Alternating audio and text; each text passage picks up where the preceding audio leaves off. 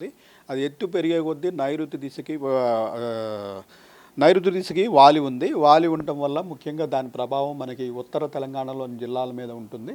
So ఈరోజు, రేపు, ఎల్లుండి ఉత్తర తెలంగాణలోని జిల్లాలకు భారీ వర్షము, అలాగే రేపు, ఎల్లుండి అతి భారీ వర్షము కూడా కొన్ని జిల్లాలకి అలర్ట్ పెట్టడం జరిగింది. జిల్లాల వారీగా ఏ జిల్లాల్లో కూడా అలర్ట్స్ ఏ రకంగా ఉన్నాయి? ఎక్కడైనా రెడ్ అలర్ట్ లాగా ఆరెంజ్ అలర్ట్ ఏమన్నా ఇచ్చారా?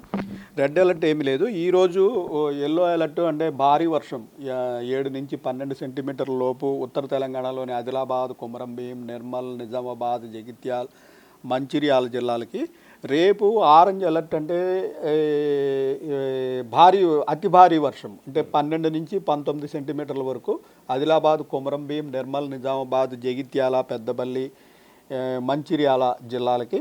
మిగిలిన ఉత్తర తెలంగాణలోని మిగిలిన జిల్లాలో, అలాగే ఇటు ఈశాన్య జిల్లాలో వచ్చి మనకి జయశంకర్, భూపాల్పల్లి, ములుగు, భద్రాద్రి కొత్తగూడెము, మహబూబాబాద్ ప్రాంతంలో భారీ వర్ష సూచన 7 నుంచి 12 సెంటీమీటర్ల వరకు పడే అవకాశం ఉంది.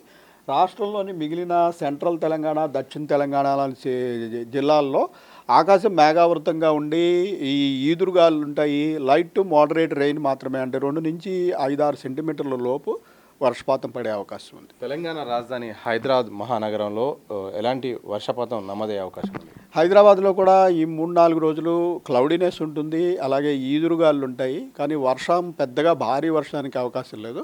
కొద్దిపాటి జల్లులు, అక్కడక్కడ మోడరేట్ రెయిన్, 2 నుంచి 5-6 సెంటీమీటర్ల లోపే వర్షపాతం ఉండే అవకాశం ఉంది. సార్, ఋతుపవనాల జాడ ఏ రకంగా ఉంది? తెలంగాణ రాష్ట్రంలో కూడా కదలికలు ఏ రకంగా కనిపిస్తూ ఉన్నాయి?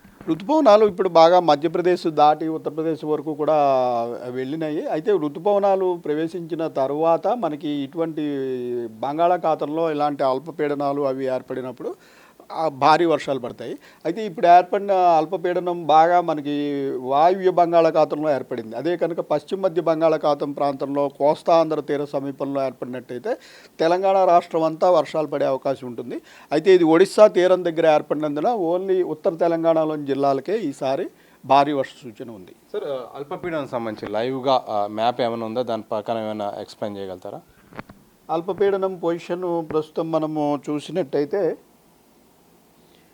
అల్పపీడనం ప్రస్తుతం మనకి ఈ ఒడిశా తీర ప్రాంతంలో ఉంది.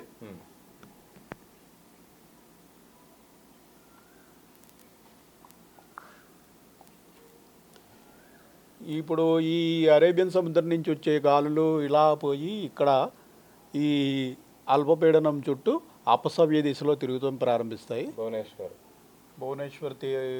సమీపంలో మనకి ఒడిశా తీర సమీపంలో ఇది ప్రస్తుతం కేంద్రీకృతం అయింది.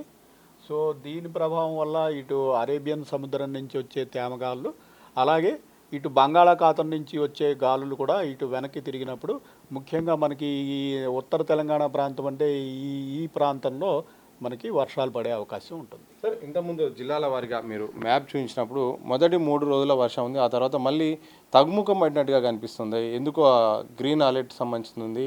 మామూలుగా వర్షాలు పెరుగుతాయని చాలామంది అనుకుంటున్నారు. ఏం జరగబోతుంది? మనకి ఈ అల్పపీడన ప్రభావం ఒక 2-3 రోజులే ఉండే అవకాశం ఉంది. తర్వాత అది తెలంగాణకి దూరంగా వెళ్ళిపోతుంది. సో దాని ప్రభావం తగ్గిపోయిన తర్వాత మళ్ళీ మనకి 4వ రోజు నుంచి వర్షాలు తగ్గుముఖం పెట్టి ఓన్లీ క్లౌడీనెస్ ఉండి కొద్దిపాటి వర్షాలకే అవకాశం ఉంది. సార్, అత్యధికంగా ఏ జిల్లాలో అత్యధిక వర్షపాతం నమోదయ్యే అవకాశం కూడా కనిపిస్తుంది? మనకి రాగల 3 రోజుల్లో ముఖ్యంగా ఈ ఉత్తర తెలంగాణలోని జిల్లాలోనే అతి భారీ వర్షాలు నమోదయ్యే అవకాశం ఉంది. మనకి జూన్ నెల వర్షపాతం చూసినట్టయితే జూన్ నెల వర్షపాతం మనకి ఈ లాంగ్ టర్మ్ యావరేజ్ వచ్చి 13 సెంటీమీటర్లు కాగా రాష్ట్ర వ్యాప్తంగా 11.5 సెంటీమీటర్లు రికార్డ్ అయింది. ఒక 15% లోటు ఉంది. అయితే జూన్ నెల వర్షపాతాన్ని పెద్దగా కంపేర్ చేయము, ఎందుకంటే జూన్ నెల ప్రారంభ నెల ప్లస్ మనకి మాన్సూన్ ప్రవేశించడానికి 2 వారాలు మనకి గడిచిపోతాయి. కాబట్టి యాక్చువల్గా జూలై, ఆగస్టు నెలలో మనకి ప్రైమరీ వర్ష ఋతువు తెలంగాణలో. సో జూలై, ఆగస్టు నెలలో పడే వర్షాల మీదే మనకి ఈ తాగునీటికి, సాగునీటికి కూడా ఉపయోగపడే నెలలు.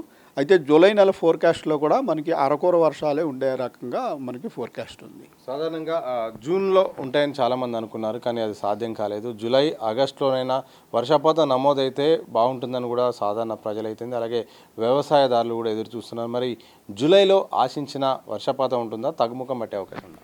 మనకి జూలై నెల మంత్లీ ఫోర్కాస్ట్లో కూడా దేశవ్యాప్తంగా ఈ ఎల్నినో ప్రభావం వల్ల 10 నుంచి 14% వరకు మనకి లోటు ఉండే అవకాశమే ఉంది. అయితే తెలంగాణలో కూడా భిన్న పరిస్థితులు ఉన్నాయి. మనకి తెలంగాణలో ప్రాంతాల వారీగా ఉత్తర తెలంగాణ, తూర్పు తెలంగాణ జిల్లాల్లో నార్మల్ రెయిను లేదా నార్మల్ కంటే కొంచెం ఎక్కువ ఉండే అవకాశం ఉండగా, పశ్చిమ తెలంగాణ అలాగే దక్షిణ తెలంగాణ ప్రాంతంలో 30 నుంచి 40% వరకు లోటు వర్షపాతం ఉండే అవకాశం ఉంది. సో ఓవరాల్గా చూసినట్టయితే మనం ఇంచుమించుగా నార్మల్ కానీ లేదంటే నార్మల్కి తక్కువగానే ఉండే అవకాశం ఉంది. అదిగాక మనకి ఎల్నినో అనేది ప్రారంభ దశ నుంచి గ్రాడ్యువల్గా పెరుగుతూ వస్తుంది. ఇంటెన్సిటీ అనేది గ్రాడ్యువల్గా పెరుగుతుంది కాబట్టి పోయే కొద్దీ మనకి ఇటువంటి ఇబ్బందులు అయితే డెఫినెట్గా ఉంటాయి. వర్షాలు పడవని కాదు, పడతాయి కానీ వీటిల్లో రెగ్యులారిటీ ఉండదు. 4 రోజులు భారీ వర్షాలు పడితే తర్వాత మళ్ళీ గ్యాప్లు ఎక్కువ వచ్చేయడము, లేదంటే 4 జిల్లాల్లో ఎక్కువ పడిపోయి మిగిలిన జిల్లాల్లో ఏమీ పడకుండా ఉండటము, ఇటువంటి ఇబ్బందికరమైన పరిస్థితులు ఉంటాయి. కాబట్టి పడిన రెయిన్ఫాల్ని ప్రతి నీటి చుక్కని ఇంక నుంచి వాల్యుబుల్గా భావించి దాన్ని పొదుపు చేసుకోవాల్సిన అవసరం ఉంది. మనకి ఎక్సెస్ రెయిన్ పడిందని ఎవ్వరూ కూడా డ్రైన్లలోకి వదలటము, అలాగే పంటల పొలాల్లో కూడా ఎక్కువ వర్షం వచ్చి పొలం నిండిపోయినప్పుడు బయట బోదెలు పెట్టి బయటకు వదిలేస్తుంటారు. అట్లా వదిలే పరిస్థితి కాదు ప్రస్తుతం. పంటలోనే ఈ పొలంలోనే ఒక కుంట తవ్వుకుని అందులో నిల్వ చేసుకోవాలి.